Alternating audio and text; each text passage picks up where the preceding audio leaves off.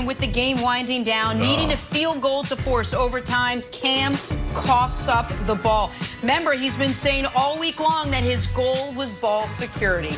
So New England loses to the Bills. They've lost 4 in a row. The record is now 2-5 in the AFC East. Here's Cam Newton after yesterday's loss. I still am jeopardizing this team's success because of my lackluster performances of protecting the football. So, Coach trusts me with the ball in my hands, and I wouldn't want it any other way, and I just got to do a better job with protecting it. So, yeah. All right, Mike Vick back with us now. Mike, why do you think the Cam Newton, Bill Belichick experiment has been so unsuccessful so far this season? I don't know if anyone thought it would be perfect, but I don't think anyone thought it would be sort of this disastrous at this point.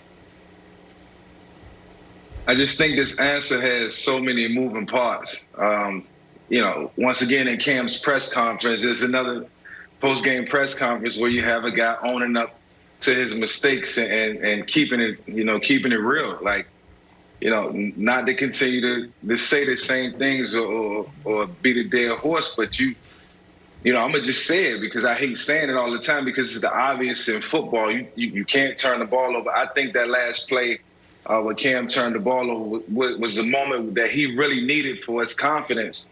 But over the last 3 or 4 games, it was just too many turnovers. It was too many takeaways. They're not getting takeaways on defense, and then they're giving it away. And you just can't overcome that. Early in the year, that wasn't the case. And now, it just looks completely different. The team looks, sort of, discombobulated at times.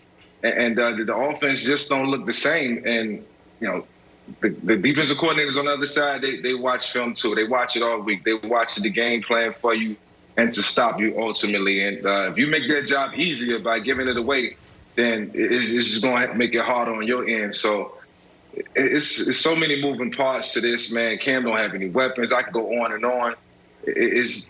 I think, at some point, you might have to sit Cam down and then, let him think about it and see if you can get a spark elsewhere.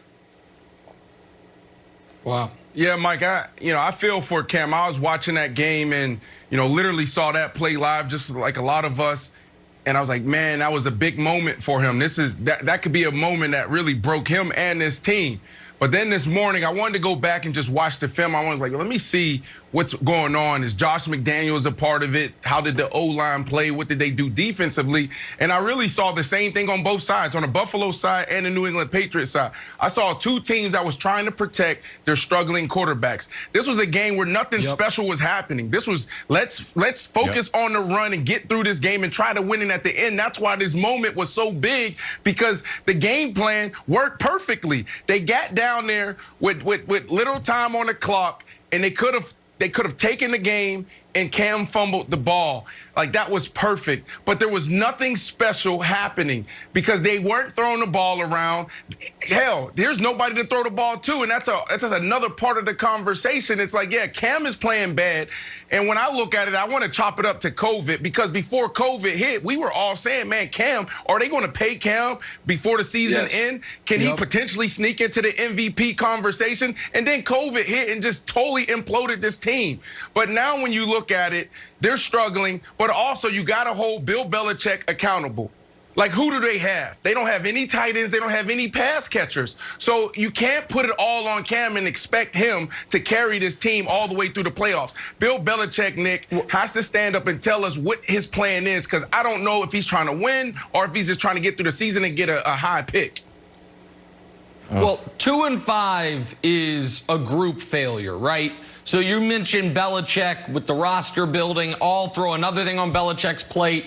The Patriots had to be feeling great when they were down 8, get the touchdown. Cam makes his best play of the day, the 2-point conversion. Buffalo could not move the football. And then inexplicably, they go surprise onside kick and give Buffalo life. Before you know it, Stephon Diggs takes an 8-yard pass, 40 yards, and now you're trailing 7 again. So that piece of the pie is on Belichick. 7 games this year. You know how many first quarter points the Patriots offense has scored? 0. Yeah. Not even a field goal in the first quarter. Yep. Part of that's on Josh McDaniels and those scripted opening 15 plays. But despite all that, the Patriots were in position to win this football game. At the very least, forced overtime, if not win the game right there, if Cam holds on to the football. And you can see the play. You see what's happening.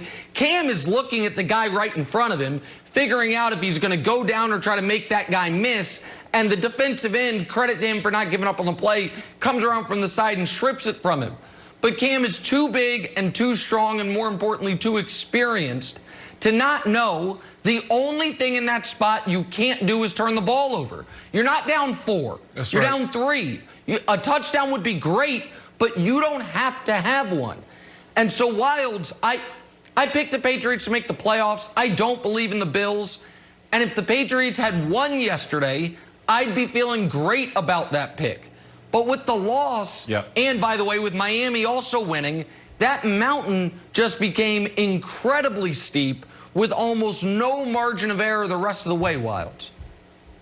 Yeah, I'm still a believer. Maybe like erroneously still, but I'm still believing. Until my phone starts lighting up that Gilmore has been traded, I actually would like to see some activity from the Patriots, that we start getting some guys, because I think you guys are right that we probably don't have enough weapons. Nick, I didn't mind the onside kick because, like Brandon said, the game was so boring. I was like, let's just do something, give some sort of spark. But I'm here to tell you, if you look at the Bills schedule and you look at the Patriots schedule, you got to Patriots can win a few games here. Do I believe in the mighty, mighty Dolphins and Tua's 93 yards a game? Nah, not really, although I do love Brian Flores.